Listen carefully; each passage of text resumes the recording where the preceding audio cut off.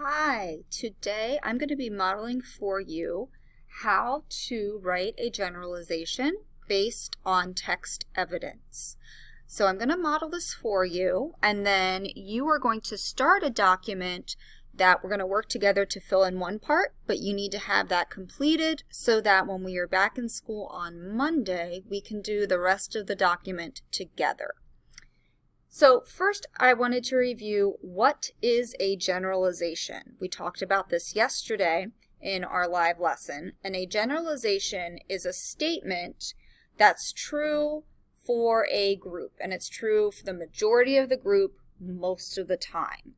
We took a look at some sample generalizations, and we said the key to making a generalization and making it powerful is that you don't say, in general, blah, blah, blah. So cut that part out and we just say the generalization. Cloudy days are cooler than sunny days. That's true for most cloudy days, most of the time. Water is a refreshing beverage.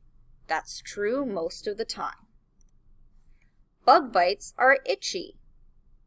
Most bug bites can get itchy. That's true most of the time. Dogs like to play. That's true most of the time. So notice I did not say in general at the beginning, but I could think it silently in my head or whisper it out loud, in general, before I type the generalization. So what I'm going to show you today is how we can take a piece of text evidence and find something in it to turn it into a generalization. And to do that, we're going to use some samples from Because of Mr. Terupt. So here is my chart. Notice there's red X's because we are not going to do anything in those boxes. I already have the citations filled in. Remember, when you cite evidence, you're just copying it. And we're going to work on filling in this background box. For right now, you're just watching me, and then I'll give you directions so you can try it as well. So here's my first piece of evidence. The text says, my dad directs small plays in California where I still wanted to be. So I want to make a generalization about something in that piece of evidence. The first step that you will do is think, what could you make a generalization about? Well, we could make a generalization about people who want to be somewhere else. So you will actually highlight what you're going to generalize. So notice I put my cursor here, I clicked and held down, and I dragged, and that won't highlight it though. I need to go up to this tool where it says highlight color, click it, and select yellow to highlight. So you notice I put where I still wanted to be is highlighted. So what generalization could I make about people who want to be somewhere else? Well, I know that when people move, or if someone is away at camp, or even sometimes if someone is at a sleepover, if they want to be back where they originally came from, they might be homesick. So I'm going to think in general, but I'm not going to write in general. When people still want to be somewhere, they might be homesick. Again, that's true for most people. If they want to be somewhere else, they might be feeling homesick. So that's a generalization I made about this particular part of that evidence. Next, let's look at our second piece of evidence. According to the passage, I really like happy endings, I said. Me too, Mr. Terupt said. I'll do my best to give you a happy ending this year. I want to make a generalization about something in this piece of evidence. And for this particular evidence, I'm going to pick, I'll do my best to give you a happy ending this year. So look, I clicked and dragged. I'm going to select my highlighter and yellow. So I'm going to think Mr. Terupt is the one saying that. He wants his student to have a happy ending to their year and to have a happy year. And in general, teachers want their kids to have fun at school and to be happy when they're at school. So I'm going to make a generalization. In general, but not actually type it, teachers want their students to have a good school year.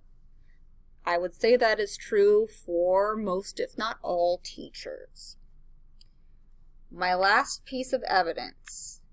The author states, "No surprise to me, Mr. Terrapt knew what Peter was up to the whole time." So I'm going to make a generalization. I'm going to say, what's something that's true for a group of people or a group of things most of the time? I'm going to use this piece of evidence that Mr. Terrapt knew what Peter was up to. I'm going to highlight it.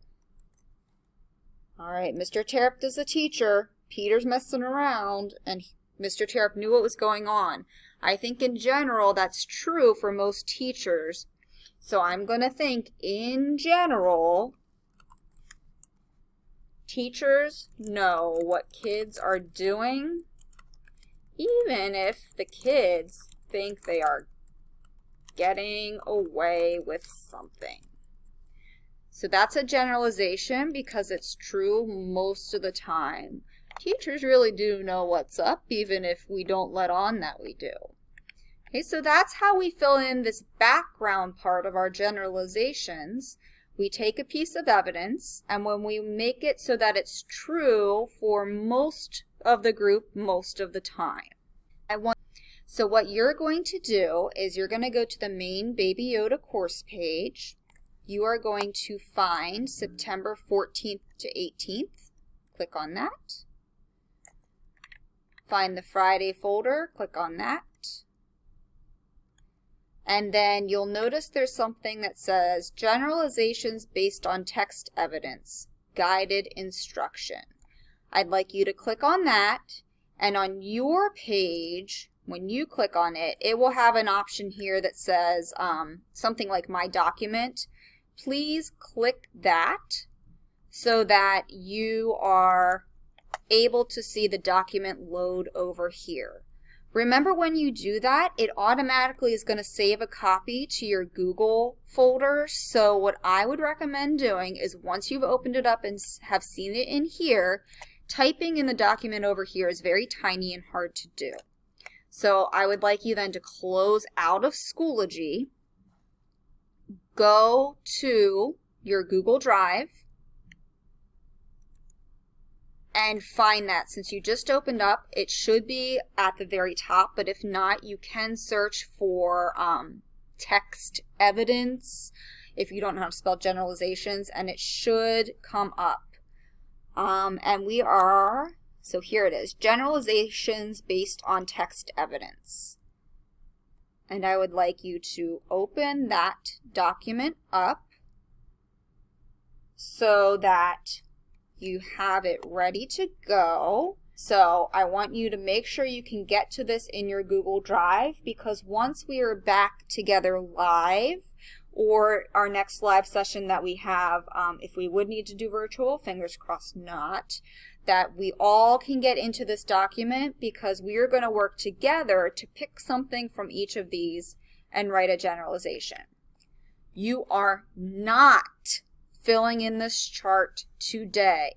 I repeat, you are not filling in this chart. All I want you to do is open it up in the Friday folder so that it makes a copy in your Google Drive, just like this. Click My Document, so it loads on here and it makes a copy in your Google Drive, and make sure that you can get to it in your Google Drive. It should be in, you can click Recents and it should load right there. Okay, just make sure you're able to open that so you're ready to go on Monday. Great. Have a great rest of your day.